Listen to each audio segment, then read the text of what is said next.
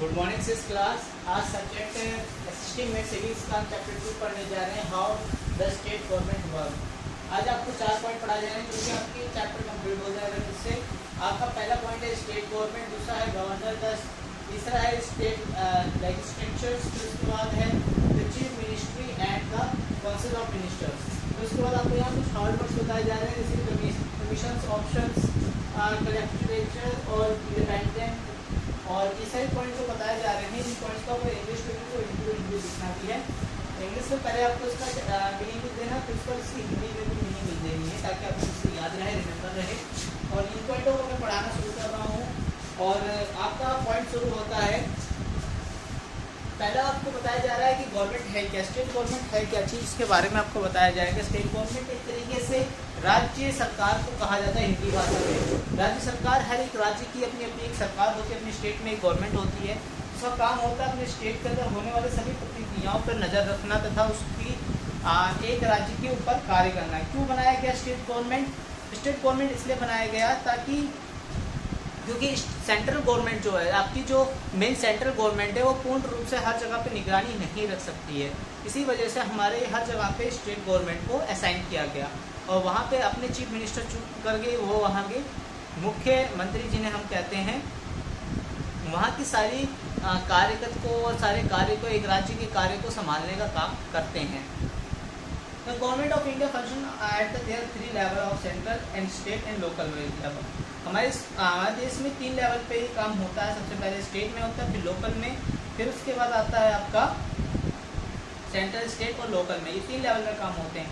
ये government function मोर और less like the central government but is the function of differs from the local government. कुछ काम हमारे central government के द्वारा होते हैं और कुछ हमारे काम लोकल गवर्नमेंट यानी स्टेट गवर्नमेंट और हमारे लोकल गवर्नमेंट लेवल के ऊपर पे काम आते हैं। इस डेमोक्रेटिक गवर्नमेंट का एक शासन करने का एक तरीका है जो अलग अलग तरीके पोजीशंस के साथ, ब्रांचेस के साथ जुड़ करके, जिसको हम लेजिस्लेटिव, एक्जीक्यूटिव और जुडिशरी, इन 3 लेवल पे मानते हैं। जो लेजिस्लेटिव वर्क है वो गवर्नर एंड स्टेट लेवल का काम है। एक्जीक्यूटिव यानी कि पार्लियामेंट, इम्प्लीमेंट ऑफ लॉ का, ये लॉ कानून से संबंधित है। यानी एक्जीक्यूटिव पहला आपका गवर्नर से संबंधित, स्टेट से संबंधित होता है। एक्जीक्यूटिव जो है आपका लॉ से संबंधित होता है और जुडिशरी यानी कि न्यायालय जिसे हम कहते हैं, उससे संबंधित कार्य होते हैं। यानी एक स्टेट के अंदर ये 3 चीज प्रोसेस का मेन काम होता है। फिर आता है स्टेट एक्जीक्यूटिव। स्टेट एक्जीक्यूटिव में क्या होता है, आपके 2 फंक्शन होते हैं। एक होता है आपका नॉमिनल एक्जीक्यूटिव और एक होता है रियल एक्जीक्यूटिव। नॉमिनल जो होता है वो नॉर्मल प्रोसेसेबल होता है, जैसे कि जो कि governor only enjoy the nominal authorities, जो गवर्नर के अंतर्गत में आती हैं। और जो रियल एक्जीक्यूटिव होते हैं वो अथॉरिटी हमारी पूरी काउंसिल मिनिस्ट्री के हाथ में होती है, जो चीफ मिनिस्टर के हाथ से चलती है। गवर्नर कौन होता है? Governor the head of state, जो स्टेट का मेन हेड होता है। ये अपॉइंट किया जाता है प्रेसिडेंट के द्वारा टर्म ऑफ 5 ईयर के लिए, 5 साल के लिए असाइन किया जाता है गवर्नर को। ये ओनली ऑफिशियल हेड होता है, एक तरीके से ऑफिशियल हेड कहा जा सकता है इसको, जो कि स्टेट के रिकमेंडेशन के लिए लाया जाता है और यूनियन काउंसिल मिनिस्ट्री के लिए असाइन किए जाते हैं।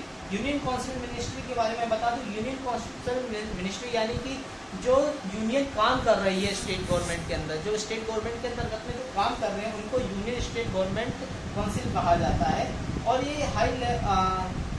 एक तरीके से प्रेसिडेंट के अंदर transfer for the president from one state to another place. इसकी अथॉरिटी सिर्फ और सिर्फ प्रेसिडेंट के हाथ में है कि वो गवर्नर को एक जगह से दूसरी जगह असाइन कर सकता है। The act as the advice of the chief minister to hold to real power. एक तरीके से कहा जा सकता है चीफ मिनिस्टर के पास में एक एक्ट पावर है, एडवाइस पावर है, बट ऐसे एज अ रूलिंग पावर के हिसाब से वो काम नहीं कर सकते हैं।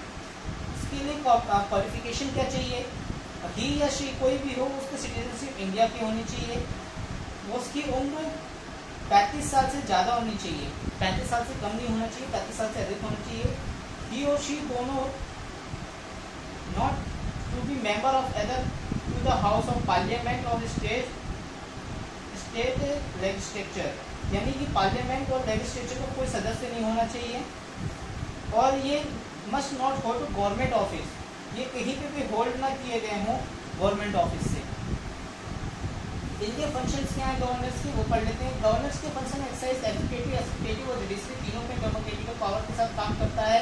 ये प्रेसिडेंट के द्वारा असाइनेबल पावर है, जिसके द्वारा गवर्नर अपने स्टेट में ही और she do not have any actual say the running of the government, यानी कि वो किसी भी रनिंग गवर्नमेंट के साथ एक्चुअल वर्क रिलेशन पे नहीं होता है। The governor appoint the leader of the party, governor appoints the leader of the party to get a maximum seats assemble as a chief minister. Governor के पास ही power होती है जो सबसे ज़्यादा बहुमत के साथ जीत करके जो पार्टी जीत कर आएगी वह अपनी पार्टी के हिसाब से चीफ मिनिस्टर पर असेंबल कर सकती है।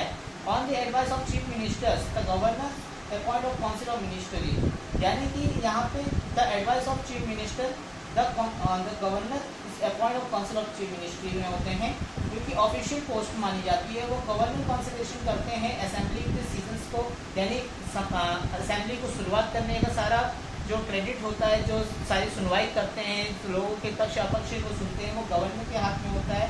वो किसी भी स्टेट के प्रेसिडेंटियल प्रोसेस के अंतर्गत में काम करेंगे।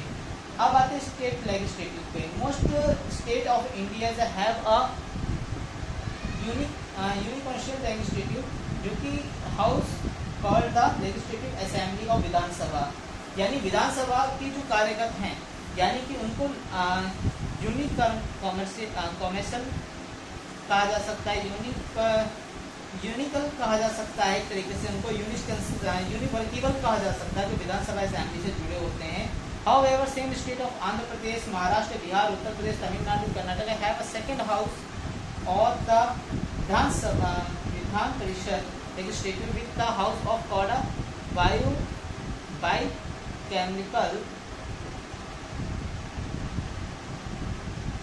कॉन्स्टिट्यूट, यानी कि यहाँ इन सब चीज़ों के अंतर्गत में जो विधानसभा के अंतर्गत में काम करता है, टू हाउसेस कॉल्ड, जो ये दो हाउसेस हैं उनको बाइचैमल लेजिस्लेटिव कहा जाता है। इसके आगे आता है विधान परिषद, जो इसका आता है विधानसभा, यानी कि लेजिस्लेटिव काउंसिल, जो इसका legislative assembly. Can not be the more than 1/3 of total members of legislative assembly in the case of no case then the 40 member। यहाँ पे 40 से 1/3 टोटल मेंबर्स होते हैं, जिसमें 40 मेंबर रेशन असाइन होते हैं, जो membership according to the population के हिसाब से राज्यसभा लेजिस्लेटिव काउंसिल से जुड़े होते हैं। विधानसभा में आपके पास 500 and not a less than 60 member, आपके पास 500 से ज़्यादा, मोर देन 500 और 60 से कम मेंबर नहीं होते हैं। इसमें बहुत अधिक मेंबर, ये 5 साल असेंबली कंस्टिट्यूबल एक सरकार के द्वारा चलाई जाती है। तो इसका क्वालिफिकेशन क्या चाहिए एक एमएलए बनने के लिए? ही सिटीजन ऑफ इंडिया से 25 साल से ज़्यादा उम्र का हो, वो must not be hold a post of profit under the state central government, किसी भी काम के लिए वो स्टेट गवर्नमेंट की प्रॉफिटेशन वर्किंग में ना आया हो। Not be a mental stable and bank trip, यानी कि वो किसी भी तरीके से मेंटली स्टेबल ना हो और बैंक रपेट ना हो, यानी कि कंगाली ना आई हो, जिसकी बैंक के द्वारा किसी को कंगाल घोषित ना किया गया, वैसे व्यक्ति को वो एमएलए का पोस्ट हासिल कर सकता है, चुनाव कर सकता है, एमएलए के चुनाव में खड़ा हो सकता है।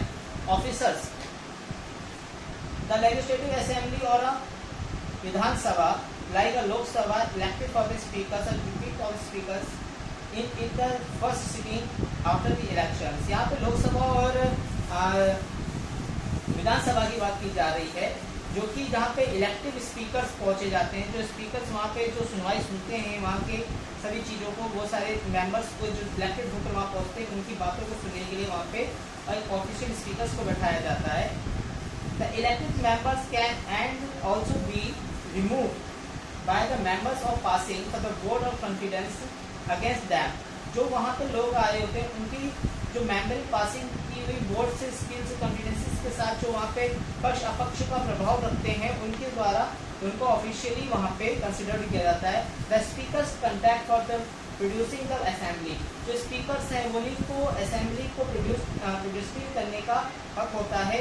इन he and her reject the speaker और perform the function of speaker, जो उस जगह काम कर रहा है, जो वहाँ की सुनवाई कर रहा है, उस असेंबली के अंदर सुनवाई का काम कर रहा है, सारी चीज़ों को सुन रहा है, समझ रहा है और करवा रहा है, वही व्यक्ति वहाँ का मेन स्पीकर माना जाता है। अब बात करते हैं इनके कुछ फंक्शंस हैं, पावर हैं, वो चीज़ें आपको पढ़ लेनी है। अब आता है chief ministry of councils ministers. Chief minister के बारे में बता दूं, चीफ मिनिस्टर एक तरीके से first step of formation council ministry का होता है, जो अपॉइंट करता है चीफ मिनिस्टर को, और advisable appoint of the other minister, जो चीफ मिनिस्टर ही असाइन करेगा अदर मिनिस्ट्री को अपने स्टेट के अंदर के जो लोग आएंगे, कौन कैसे बंदे होंगे, किस चीज़ में असाइनेबल करना है, वो सारी चीज़ें उसके अंतर्गत में होती है, वो असाइन करते हैं। फिर आता है कॉम्बिनेंट मिनिस्ट्री।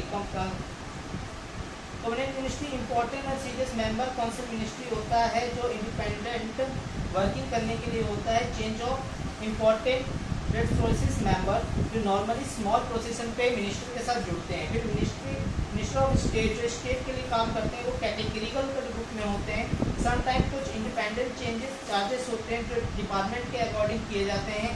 वो हर जगह पे एडमिनिस्ट्रेटिव अपनी कॉर्पोरेशंस के लिए, अपनी मिटिगेशन के लिए जाने जाते हैं, और हमेशा वो प्रजा के लिए काम एडमिनिस्ट्रेटिव वर्किंग करते रहते हैं। एक आता है डिप्टी मिनिस्ट्री। तो डिप्टी मिनिस्ट्री जो होती है, डिप्टी मिनिस्टर एक कैटेगरी जो काउंसिल मिनिस्ट्री की होती है, जो not hold independent charges to profitful, इनके पास कोई अपने इंडिपेंडेंट चार्जेस नहीं होते हैं, ये सरकार के द्वारा ही, मिनिस्ट्री फॉर्म के द्वारा ही कार्य कर सकते हैं, और इनके पास मिनिस्ट्री कहा जा सकता है। ये एक तरीके से council minister single term power के होते हैं, और ये सारी चीज़ें असेंबलेशन फॉर्म के द्वारा करते हैं। अब आता है आपका लास्ट और अंतिम पॉइंट है, जो इसका फंक्शन ऑफ पावर और चीफ मिनिस्टर। चीफ मिनिस्टर के कई सारे पावर होते हैं। पहले home ministry, ministry of work का, ministry of local self government, excessive and revenue minister, minister of industries, health and family welfare minister, education minister, minister of jails, और minister of the agriculture, forest and reservations. यानी इस प्रकार की कई सारी ministry chief होती है, जो कि अलग अलग जात के अलग अलग डिपार्टमेंट का कार्य करते हैं। यानी कि एक स्टेट के अंदर कई सारे ऐसे मिनिस्टर्स होते हैं जो अलग अलग डिपार्टमेंट के लिए काम करते हैं। जैसे होम मिनिस्टर हो गया, गृह मंत्रालय जिसे संभालना होता है, मिनिस्ट्री ऑफ वर्क यानी काम के रोजगार के लिए जो काम करते हैं, ministry of local self government, जो सेल्फ गवर्नमेंट के लिए काम करते हैं, जो लोकल गवर्नमेंट पीपल्स हैं उनके लिए काम करते हैं। फिर होता है excise and revenue minister, excise और रिवेन्यू कलेक्ट करने वाले, यानी कि इनकम टैक्स मिनिस्ट्री जो होती है वो पूरी होती है। मिनिस्ट्री ऑफ इंडस्ट्री, जो इंडस्ट्री से संबंधित होती हैं। Health and family welfare minister, यानी हेल्थ स्वास्थ्य विभाग और स्वास्थ्य विभाग के बारे में बताया जा रहा है। एजुकेशन मिनिस्ट्री यानी शिक्षा विभाग मिनिस्ट्री को बताया जा रहा है। मिनिस्टर ऑफ जेल्स, जो कानून विभाग के जो मिनिस्टर्स होते हैं उनके लिए बताया जा रहा है। और ministers of agriculture, forest, irrigation, यानी कि जो खेती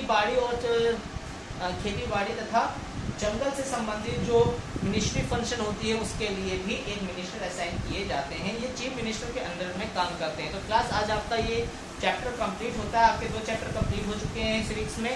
आपको 2 चैप्टर्स के क्वेश्चन आंसर सेंड कर दिए जाएंगे, आप उनको अपनी कॉपी में कंप्लीट कर लेंगे, और टाइम टू टाइम उस वर्क को कंप्लीट करते रहना है। कभी भी आपकी कॉपी मंगवाई जा सकती है, तो इसलिए बी प्रिपेयर। और थैंक यू क्लासेस।